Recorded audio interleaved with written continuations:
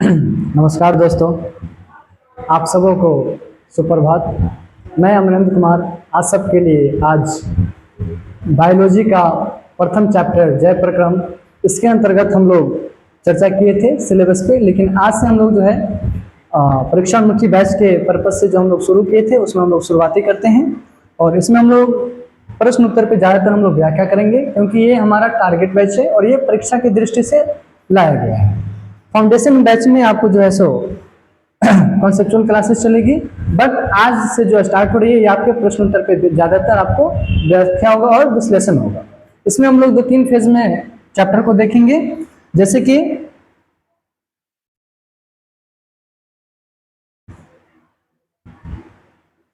पहला हमारा जो स्ट्रेटजी है वो है MCQ, one liner, short question and long question. प्रत्येक चैप्टर वाइज साथियों हम लोग इस चीजों को देखेंगे और आगे बढ़ेंगे।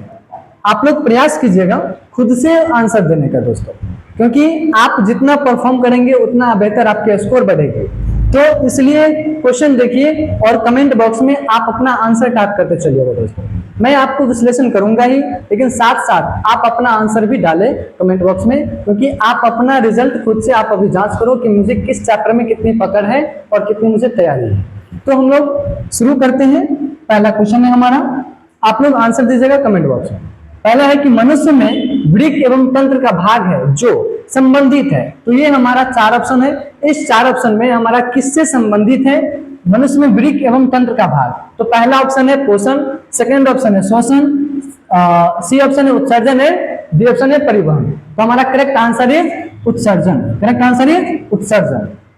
क्वेश्चन नंबर 2, पादप में जाइलम उत्तरदायी है। तो पादप के लिए क्या उत्तरदायी है? पहला ऑप्शन है जल के वहन के लिए, दूसरा है भोजन के वहन के लिए, तीसरा है अम्ल के वहन के लिए और चौथा है ऑक्सीजन के वहन के लिए। तो हमारा करेक्ट आंसर है जल के वहन के लिए। तो करेक्ट आंसर इज ए।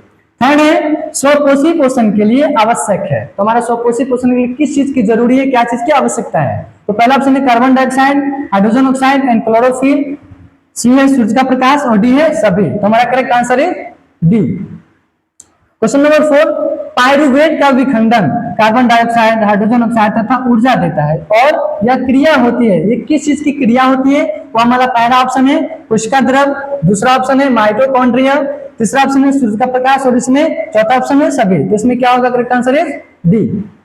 5वां क्वेश्चन है अमाशय का आंतरिक स्तर हाइड्रोक्लोरिक अम्ल से रक्षा निम्न में किसके द्वारा होती है? तो हमारा पहला ऑप्शन है पेप्सिन, दूसरा ऑप्शन है म्यूकस, तीसरा ऑप्शन है लार एमाइलेज एंड चौथा ऑप्शन है हमारा पित्रस। तो हमारा करेक्ट आंसर है बी। करेक्ट आंसर है बी। आप लोग भी अपना आंसर मिलाते रहिए।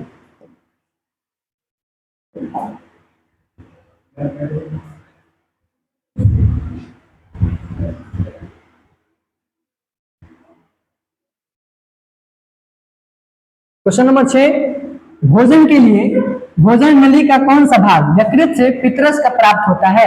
तो पहला ऑप्शन है अमाशय, दूसरा ऑप्शन है क्षुद्रांत, तीसरा ऑप्शन है बृहदांत, चौथा ऑप्शन है ग्रसिका। तो हमारा करेक्ट आंसर क्या हो जाएगा? बृहदांत, सी। चावल के पानी में कुछ बूंदे आयोडीन विलयन की डाली में जाए तो विलयन का रंग जो है नीला काला हो जाता है। इससे प्रदर्शित होता है कि चावल के पानी में उपस्थित, तो क्या चीज इसमें उपस्थित होगा?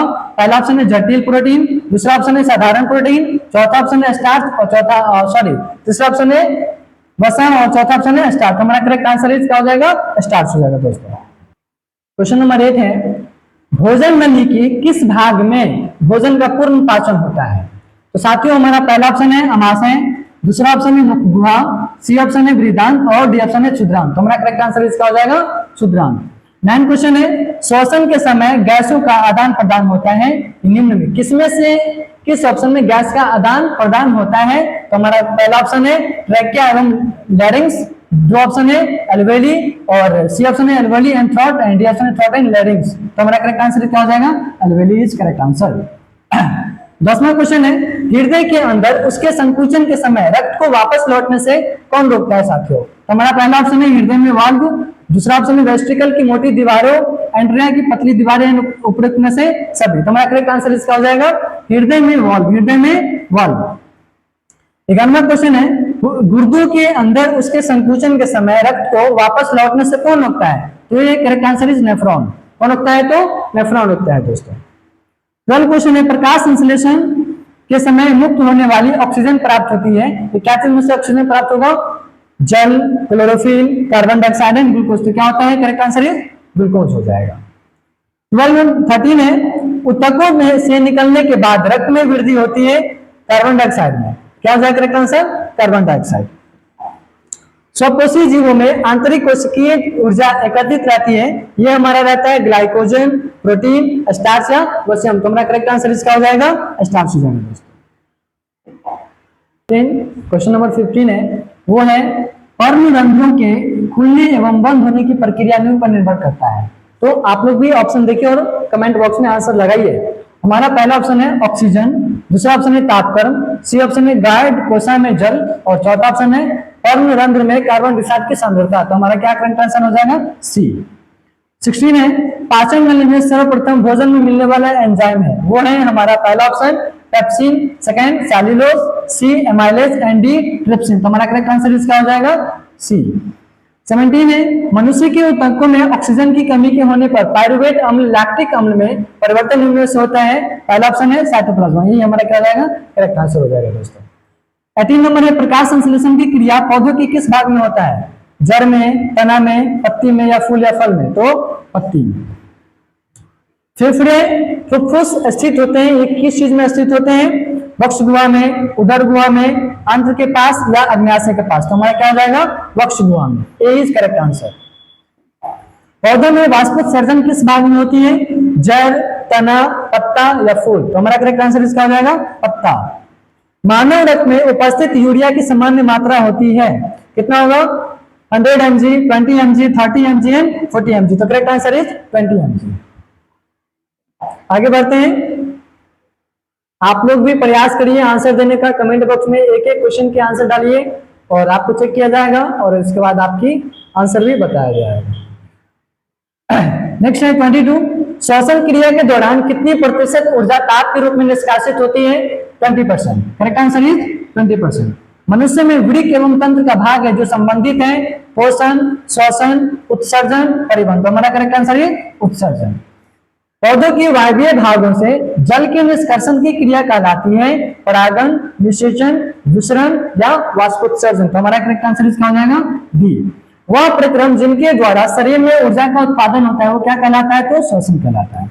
याद रखिए, कौन सी क्रिया सभी जीवों के लिए अनिवार्य है? तो श्वसन। क्या हो जाएगा? श्वसन। 27 है, मैग्नीशियम पाया जाता है, मैग्नीशियम क्या चीज में पाया जाएगा दोस्तों? क्लोरोफिल में। ये हमारा क्या हो जाएगा? करेक्ट आंसर हो जाएगा। मानव हृदय में पाए जाते हैं, मानव हृदय में क्या पाए जाते हैं? 3 वेश्म, 2 वेश्म, 4 वेश्म या 5 वेश्म। तो ये चार वेश्म होते हैं जिसको हम लोग कोष्ठीय भी बोलते हैं। आते हैं हम लोग नेक्स्ट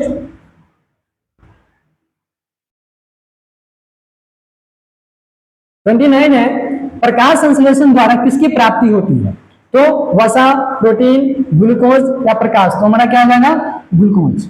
कोशिका झिल्ली किस प्रकार की झिल्ली है? तो ये हमारा है अर्धपारगम्य झिल्ली। क्या है दोस्तों? अर्धपारगम्य झिल्ली। 31 है, दही के जमने में निम्नलिखित में से कौन सी क्रिया होती है? अपघटन, प्रकाश संश्लेषण, किण्वन या उत्सर्जन। तो ये किण्वन होता है। दही में कौन सी अम्ल पाया जाता है दोस्तों? तो एक इसका है लैक्टिक अम्ल, ये भी याद रखिएगा। जीवन की उपापचयी क्रियाओं के संचालन के लिए निम्नलिखित में से कौन सी आवश्यकता है? निरंतर ऊर्जा की आपूर्ति करना या शरीर की वृद्धि करना, टूटे फूटे ऊतकों की मरम्मत करना, इनमें से सभी। तो हमारा क्या रहेगा? इनमें से सभी। मानव में डायलिसिस थैली है, ये क्या चीज में पाया जाता है? तो ये नेफ्रॉन में ही पाया जाता है। 34 है, मत्स्य मुख्य श्वसन अंग है, मत्स्य का मुख्य श्वसन अंग क्या है? क्रिया है, फेफड़ा है, गिल्स है या नाक है? तो ये क्या हो जाएगा? गिल्स हो जाएगा दोस्तों। पौधों में गैसों के निष्कासन के लिए किस क्रिया का उपयोग होता है? परासरण, विसरण, वाष्पोत्सर्जन या परिवहन। तो करेक्ट आंसर है विसरण। आप लोग भी कमेंट बॉक्स में आंसर डालिए, एक एक क्वेश्चन का आंसर डालिए। अपना स्कोर पता कीजिए कि मेरा कितना स्कोर हो रहा है, क्योंकि ये परीक्षा उन्मुखी बैच है दोस्तों, आपकी परीक्षा की दृष्टि से ही ये क्वेश्चन को तैयार किया गया है। ठीक है, जितना आप मार्क कर सकेगा, जितना शुरू कीजिएगा कीजिए। और आपके साथ हम लोग हैं। 36 है, क्लोरोफिल वर्णक का रंग कैसा होता है? तो ये हरा होता है, याद रखिएगा कैसा होता है? तो ये हरा होता है। कवक में पोषण की कौन सी विधि है? तो ये मृतजीवी है। क्या है? मृतजीवी। रेजिन एवं गोंद कहाँ संचित होते हैं?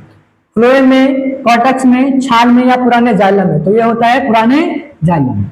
शरीर में भोजन को पचाना किस प्रकार की अभिरक्षित अंग है? उपचयन, संचयन, विस्थापन या अपचयन? तो ये हो जाएगा आपको उपचयन। ये अभिकारक हो गया आपके दोस्तों। क्या हो जाएगा? ये अभिकारक। रक्त क्या है? रक्त एक उत्तक है, जिसको हम लोग टिश्यू बोलते हैं। रक्त क्या है? उत्तक है। याद रखिएगा, छोटा छोटा फैक्ट आपको प्रश्न बनाता है। जितनी आपको फैक्चुअल पे पकड़ होगा, जितने लाइन पे पकड़ होगा, उतनी आपको जड़ें क्या होगी? मजबूत होगी। इसलिए एक एक लाइन पे आपको बोल देना है, उस पर ध्यान देना है। ये ध्यान रखिएगा, आपको जो प्रश्न की आंसर नहीं याद रहेगा, जो फैक्ट आपको माइंड में नहीं रहेगा, वही आंसर क्वेश्चन आपको बोर्ड एग्जाम में पूछ देता है। इसीलिए एक एक प्रश्न पे आपको काम होना बेहद जरूरी है। आइए हम लोग आगे आते हैं। निम्नलिखित में कौन उत्सर्जी अंग है? तो ये हमारा पहला ऑप्शन है वृक्क। क्या हो जाएगा? वृक्क। रक्षी कोशिकाएं पाई जाती है। ये रक्षी कोशिकाएं किसमें पाई जाती है? जड़ में, पत्तियों में, फूलों में या फलों में? ये पाया जाता है आपको पत्तियों में।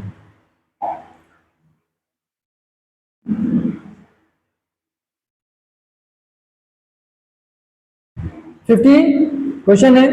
आप प्रयास कीजिएगा कि हमारा क्वेश्चन नंबर 1 से 50 तक कितने सही हुआ और कितने गलत हुआ। आपको मैच भी करना है, क्योंकि अभी से ही आप समझो कि मैं एग्जाम दे रहा हूं। जब भी टेस्ट में बैठिए, आप मैराथन में बैठिए, तो प्रयास कीजिएगा कि खुद से आंसर देने का। पहला है, मानव हृदय का औसत प्रकुंचन दाब लगभग कितना होता है? तो 120 mg/h होता है दोस्तों। इनमें कौन प्रकाश संश्लेषी अंग है? पत्ती, एस्ट्रोमा, ग्राना या हरित लवक? तो ये इसमें हो जाएगा पत्ती। पत्ती इज द करेक्ट आंसर। वाष्पोत्सर्जन कैसी प्रक्रिया है? शारीरिक, भौतिक, रासायनिक या प्राकृतिक? तो इसमें हो जाएगा करेक्ट आंसर इज भौतिक। शरीर में भोजन का पचना किस प्रकार की अभिकारक है? पहला ऑप्शन अवकरक, दूसरा ऑक्सीजन, तीसरा अवदासमीकरण और वैद्युत अपघटन। तो हमारा करेक्ट आंसर इसमें हो जाएगा ऑक्सीजन दोस्तों। 54 है, स्वकोषी पोषण के लिए आवश्यक है। स्वकोषी पोषण के लिए क्या आवश्यक है? ये प्रश्न आपको पीछे भी दिया गया था, आप इसमें आंसर डालिए। 55 है, पायरुवेट के विखंडन से यह कार्बन डाइऑक्साइड जल तथा ऊर्जा देता है, यह क्रिया कैसा है? तो इसका द्रव्य है, माइटोकॉन्ड्रिया है। समझ आएंगे साथी, क्योंकि टेक्निकल इश्यू आ गया था, वो ठीक हो गया है। तो हम लोग आगे आते हैं। 55 पे थे हम लोग। पायरुवेट के विखंडन से यह कार्बन डाइऑक्साइड जल तथा ऊर्जा देता है, यह कैसी क्रिया होती है? तो इसका द्रव्य माइटोकॉन्ड्रिया, हरित लवक या केंद्रक? तो हमारा करेक्ट आंसर हो जाएगा आपको माइटोकॉन्ड्रिया। जठर ग्रंथियों कहाँ पाई जाती है? आंख में, अग्न्याशय में, यकृत में या अमाशय में? तो यह हो जाएगा हमारा अमाशय में। जठर ग्रंथि होगा दोस्तों, जठर ग्रंथि होगा यहाँ पे, जठर।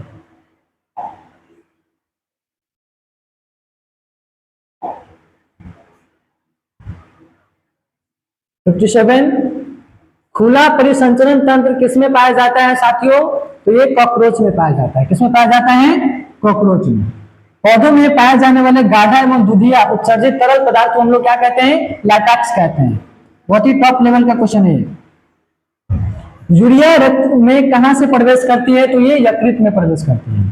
प्रकाश संश्लेषण होता है रात में, दिन में, रात दिन दोनों में या सुबह शाम में? तो ये होता है साथियों दिन में।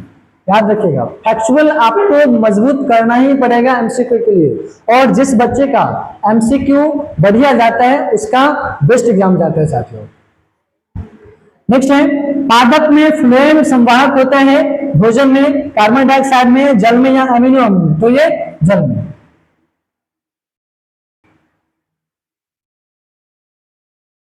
तो साथियों हम लोग का एमसीक्यू हो गया। एक कहावत है कि हमारे no matter how much rich and famous you are, matter education. दोस्तों आप जिस चीज को पकड़े हैं, कलम को पकड़े हैं दोस्तों, तो आप इसको ठाने रहिए और मेहनत करते रहिए। एक टॉपर क्या समय भी 24 आवर है और एक फेलियर के लिए भी 24 आवर है, इसलिए आप लगन के साथ मन दिल लगा करके मेहनत करिए। हमारी टीम आपके साथ है, हम आपके साथ हैं। मैं अमरेंद्र कुमार आपको विश्वास दिलाता हूं कि आप एक वीडियो आप जरूर देखें, जो भी आपको मिल रहा है श्योर है, मैं श्योरिटी के साथ कहता हूं कि वो आपके बोर्ड एग्जाम में आएंगे ही आएंगे, ये मैं विश्वास दिलाता हूं। साथियों आप विश्वास के साथ जुड़े और मेहनत करें। अभी ये हमारा वन लाइनर फैक्ट है जिसको हम आप फिल इन द ब्लैंक भी बोलेंगे। इससे क्या होता है कि आपके फैक्ट में मजबूती होती है, आप क्लास 10th के एग्जाम नहीं दे पाएंगे। ये यदि आपको मजबूती आ गया तो आपके जितने भी कॉम्पिटिटिव एग्जाम है 1 डे का, उसमें आपको जीएस पोर्शन का ये एक भाग आपको तैयार हो रहा है। इसलिए जुड़े और मेहनत करें और अपनी सफलता को हासिल करें। हमारा है रिक्त स्थान भरिए, उसको आप माइंड सेट करना है और फैक्ट को कंप्लीट करना है। पहला क्वेश्चन है प्रकाश संश्लेषण की क्रिया में ऑक्सीजन क्या चीज से बाहर निकलती है, तो आप जरूर कमेंट बॉक्स में आंसर डालिए। तो आंसर होगा हमारा जल से। क्या चीज हो जाएगा? जल से। सेकंड क्वेश्चन है रक्त में हल्के पीले रंग के चिपचिपे द्रव को हम लोग क्या कहते हैं? तो प्लाज्मा कहते हैं। प्रकाश संश्लेषी अंग क्या होते हैं, कैसा होते हैं? तो ये हरित लवक होते हैं दोस्तों। वृक्क के संरचनात्मक एवं क्रियात्मक इकाई नेफ्रॉन कहलाता है। क्या कहलाता है? नेफ्रॉन। मनुष्य के शरीर की सबसे बड़ी ग्रंथि ये लीवर। स्वकोषी पोषण के लिए क्या आवश्यक है? ऑक्सीजन आवश्यक है। क्या आवश्यक है? ऑक्सीजन आवश्यक है। अब ये आपके फिल इन द ब्लैंक है के द्वारा अमीबा में भोजन अंतर्ग्रहण होता है, तो किनके द्वारा होता है? तो वो फुटपाथ के द्वारा होता है। किनके अंदर, किसके द्वारा होगा? तो वो फुटपाथ के द्वारा होगा। रक्त का थक्का बनाने में किसकी सहायता होता है? रक्त विषाणु। किसकी सहायता होता है? रक्त विषाणु। और रक्त में क्या पाया जाता है? तो प्लेटलेट्स। ये भी रक्त का याद रखिए, ठीक है। पाचन क्रिया कहाँ पूर्ण होती है? तो ये छोटी आंत में होती है। कहाँ पूर्ण होती है? छोटी आंत में। एक वयस्क मनुष्य में कितने दांत होती है? तो 32। ये सब फैक्ट पे याद रखना, आपका एमसीक्यू प्रिपेयर हो रहा है। स्वाद कलियां कहाँ पाई जाती है? तो जीभ के ऊपरी सतह पे। हम आप जब भोजन करते हैं या कुछ भी ऐसा चखते हैं तो स्वाद जो हमको आता है, तो हमारा जीभ है, जीभ के ऊपरी सतह में हमको पता चलता है कि ये स्वाद कैसा है, मीठा है, खट्टा है, तीखा है, जो भी है। इट इज अमाशय के अग्रभाग को हम क्या कहते हैं? तो अमाशय के अग्रभाग को, आगे वाले भाग को हम लोग कार्डियक कहते हैं। क्या कहते हैं हम लोग? कार्डियक। कार्डियक याद रखिएगा। मुख गुहा का पिछला भाग कहलाता है ग्रसनी। क्या कहलाएगा साथियों? ग्रसनी कहलाएगा। चाइल्ड का अवशोषण कहाँ होता है? तो ये इलियम में होता है। क्या होगा? इलियम में। आगे आते हैं, आप लोग जरूर अपना आंसर डालें।